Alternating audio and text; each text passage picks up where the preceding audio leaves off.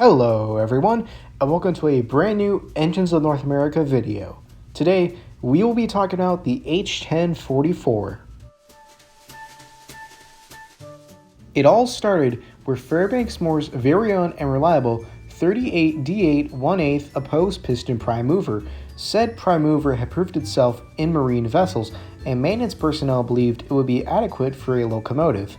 The H10-44 can be traced back to two model testbeds, a Southern Railway diesel railcar, and a Reading diesel box cab. The predecessor of the H10-44 can be traced back to the aforementioned Reading box cab. While it wasn't powered by an opposed piston engine, it did have a Fairbanks Moore's prime mover, and thus was the first locomotive to have a diesel engine made by Fairbanks Moore's.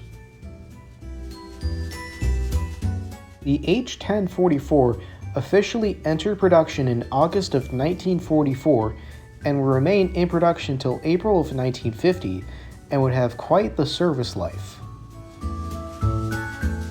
The H in H10-44 stood for hood, the 10 stood for 1,000 horsepower, and each 4 in the 44 meant the unit had 4 axles and 4 traction motors.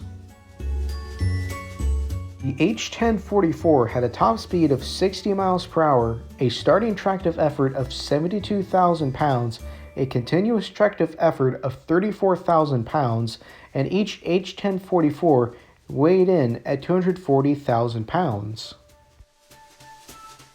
The H10-44 had a length of 48 feet 10 inches, ran on B-B trucks, and for the horn, they came built with a Leslie A200. A total of 23 North American railroads ran the H10-44. These include, but are not limited to, the Frisco, the Union Pacific, and the Kentucky and Indiana Terminal. The railroad with the largest fleet of H10-44s was the Pennsylvania Railroad, with a grand total of 55. The system with the second largest fleet was the Milwaukee Road, with a total of 23.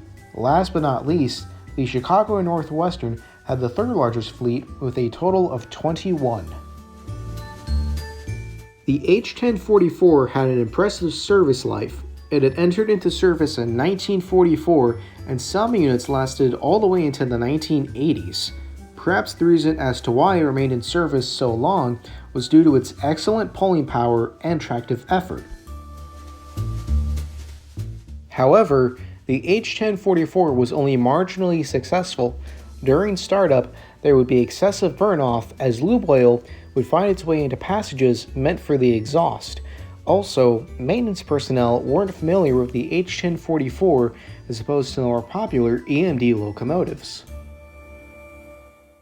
Only 3 H10-44s have made it into preservation, all of which are Milwaukee Road units.